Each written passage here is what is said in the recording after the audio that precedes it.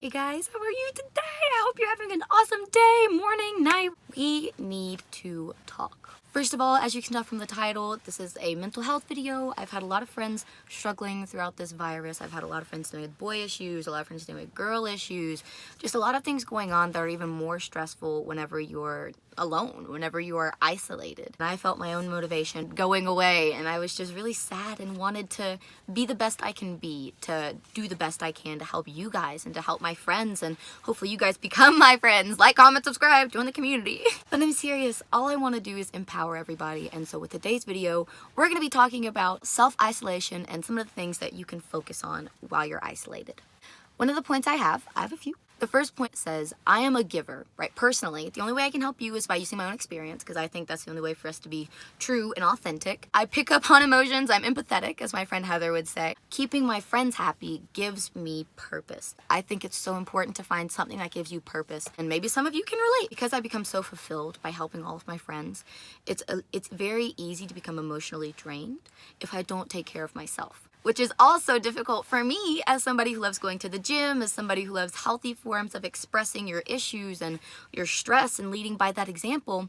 It's so difficult to advise whenever you're almost dragged down with the same thing. And like I said, I'm here to be the best I can be, so I'm going to help where I can.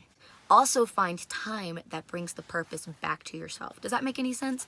You deserve the world just like you want to give your friends the world. Bonus points if you can find something that gives you purpose while serving others. Helping or serving others just brings so much joy to somebody and so much fulfillment. So even if it's a word of kindness or even if it's just a phone call to your Namaw, tell them you love them. Tell somebody that they're cared about because they might be feeling alone. You don't know. My next point has been burning my buns for a minute. You are not just who you are. Let me explain. Being isolated gives us a lot of time to have insight, right? To take a moment to reflect on who we are, the things that are bringing us joy physically have been taken away. We need to focus on what we can bring joy in out of ourselves, right? Does that make any sense? In doing so, I think it's so important to realize that people who say, it's just who I am. Like pessimists, for example. A lot of people say pessimism is just a personality trait. All the self-depreciation, all of the negative talk, again, my experience, the words you fuel your mind with are so important. Pessimism isn't a trait. You are not just that way. You can change your mental process. It takes 31 days to create a habit, 31 days of true hard work. How long have we been in this quarantine? And who knows how much longer we'll be in it. Take some time, reflect on your own traits, and think about the walls of your heart as toxic traits. Identify them, put names to them, and focus on them. And see how much brighter, bigger, better your life can be outside of it. I'm not by any means saying depression, anxiety, things like that are not real and do not need to be treated by professional medical help. Depression is a science, mental health is a science, and you have to respect your body. I saw a post the other day that said, you are just a brain that puts your body on a shelf at night. The shelf being the bed. And my mind, oh, that's so true. Like, you are in complete control of the things you say to yourself, the things you eat, and the way you treat yourself, and the way you fuel your mind, and the ways you spend your time, your energy. I promise it makes such a big difference. And find those things that bring out not just who you are, but the person you want to be. I try to think about my 60-year-old self. My Namaw is a big example for me, and we went on a 28-day road trip. Some older people have so much wisdom to share, and most of them have a lot of wisdom to share. Take the time, figure out the things that 60-year-old you would look back on who you are now and say, oh, I wish I didn't do that. Or, oh, I wish I did things this way.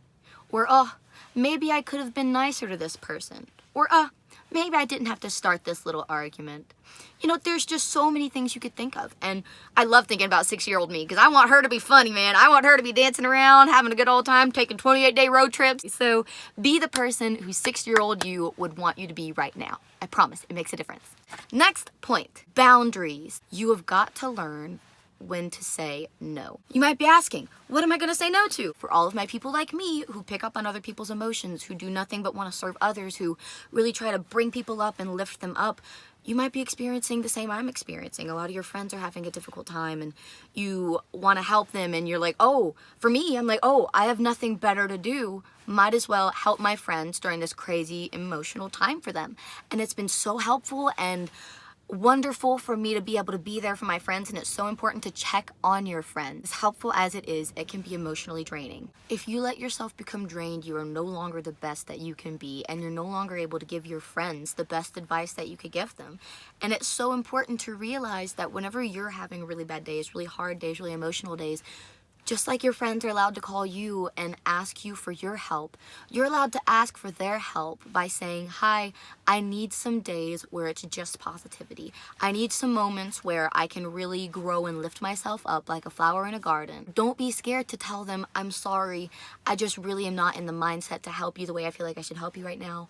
Is there any way we could talk about something else? Maybe I could clear my head, get my mind off some things, and then see where things go from there. It's so helpful, and it's so important to build those vulnerable moments with your friends. That's how you build relationships. It's the vulnerability that people look for, that people want to, that makes people feel cared about, that makes people feel like you really have a trust in them that you might not have in somebody else. Saying no does good things for both parties, I promise. Don't be scared. Big point I wanted to make. Childhood trauma is so much more prominent whenever you're isolated. Being isolated leaves us alone with our thoughts so much longer than we're used to, and it's so easy to let your mind go back into the dark holes that happened to you as a child. Don't let this scare you. Let it empower you. Use all of this to learn what your parents have done, maybe what your grandparents, what your aunt, uncle, whatever, what they did wrong, and don't let yourself fall victim in a sense where you repeat the actions. Don't let yourself say, my mother was abusive, it's who I am, I have to do this, I am gonna hit my kids now. Extreme example, but it happens. I mean, you see it all the time. Parents are like, oh, this happened to me as a kid, so I don't know any better. Learn. Be better. We have endless resources now. You have the internet, you have YouTube, you have Dr. Phil. You are able to identify your own traits. Be the person you needed in your life that failed you to be. Be the change, and take this time to recognize if you've been mimicking these actions. It's natural, it's psychology, it's trauma, that's what happens. Nobody's guilting you, don't feel shameful about it. Feel proud that you have enough insight to recognize it and work to improve it. You can, it takes time. Again, if you have a serious mental health condition, do not stop taking your mental health prescriptions. They still do wonders. This is just all of my advice on how to make things just a little bit easier and improve your quality of life alongside of that professional help. Again, I just want all of you guys to feel loved and welcome, and the best way I know how to do that is to give you the advice that somebody could give me or that I've been giving my struggling friends. My next point is you might be isolated, but you are in no way, shape, or form alone. Mother Nature is everywhere. Go to a window, get some sunlight, sit on your porch, balcony, wherever you can. Just see some sun and get outside if possible, if you're able to keep your safe social distancing status. My next point is small accomplishments. Every small thing matters. If you don't feel that way, that's okay. But if you want to start feeling that way, you can reprogram your thought process. Again, 30 days to create a pattern. You just have to be able to put in the mental and physical work to do so.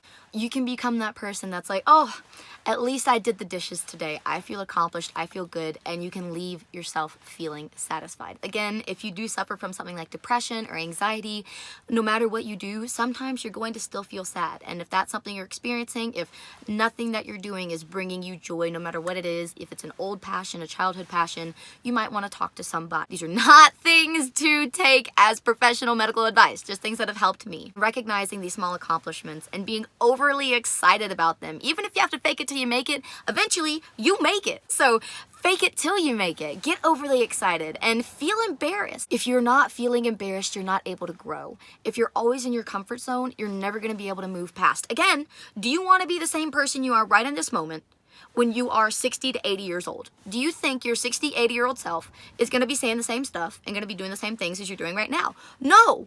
what would they want you to do right now? They would want you to not waste a single minute. I know whenever I'm older, I won't be able to do a lot. I've done broken a lot of bones, you guys. I'm expecting it. So I want to live in the now. Maybe that's why I've broken a lot of bones. But I've got this pressure inside of me that just makes me want to grow and keep on moving and keep on experiencing things. Again, my Nanamal is the biggest adventurer I know. If you haven't seen Doctor Who, she would be the best companion for the Doctor. But seriously, put yourself in a position where you get out of your comfort zone and let those things count as steps. If you count everything as a step, then you will feel yourself progressing so much faster. And the more grateful you are for the smaller things, the faster you're going to see the progression of your self-value, of your insight, of your level of self-worth. You're going to see it build so much faster because you're finally beginning to recognize all of the good things around you, which reprograms your brain to think all of the good things about yourself first. It's crazy. Psychology is awesome. You just have to find your way to manipulate your own brain. It's crunk. Next point.